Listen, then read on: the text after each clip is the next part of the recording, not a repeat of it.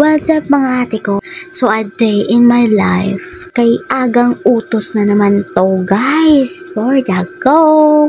Paalis na nga kami dyan guys. Kaya samahan nyo kaming mag-joyride. Let's go!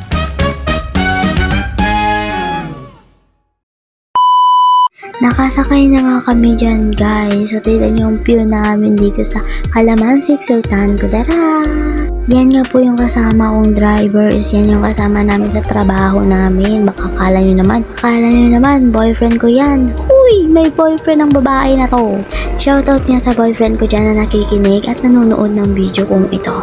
Hi love! So, sa kaganapan ng aking in my day, in my life, tingnan po ang view ng Calamansig, Sultan Kudarat.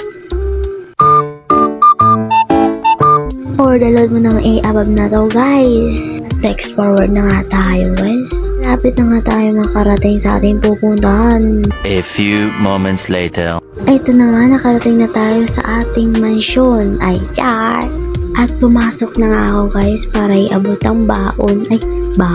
Ay, pagkain pala ng lola ko. At nilagay ko na nga po sa lamesa yung pagkain ng lola ko. Naisipan ko na rin nga po pumunta ng bahay namin. Pasensya na po sa makikita niyong daan sa aming bahay. Ay, for the go. Mga ate ko, pasensya na po sa makikita niyo. Kanito kasi sa amin ni makalat. Soap na nga po ako dyan sa bahay. Ay, yan po yung makikita niyo. Pasensya na po. Nasa tabi po kasi kami ng dagat niyan, te.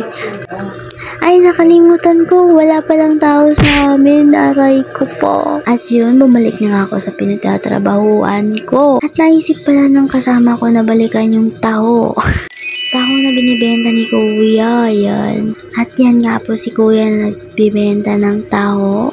Sinabihan nga pala ng kasama ko na bumalik sa resto para makabili naman yung mga kasama namin doon. At nauna na nga kami ng kasama ko bumalik ng restaurant na pinagtatrabahuan namin. Anyway guys, yan po pala yung plaza ng Calamansig, Sultan Kudarat. Visit lang po kayo.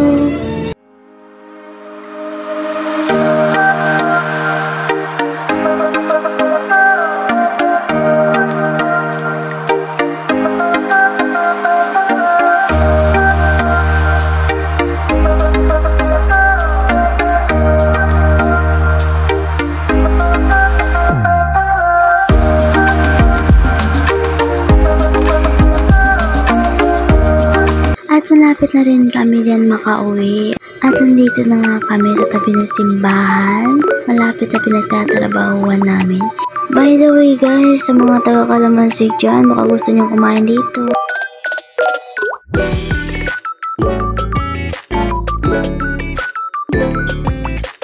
Nandito na nga kami guys. Salamat sa panonood po. Dito nagtatapos ang mini vlog natin. Bye bye.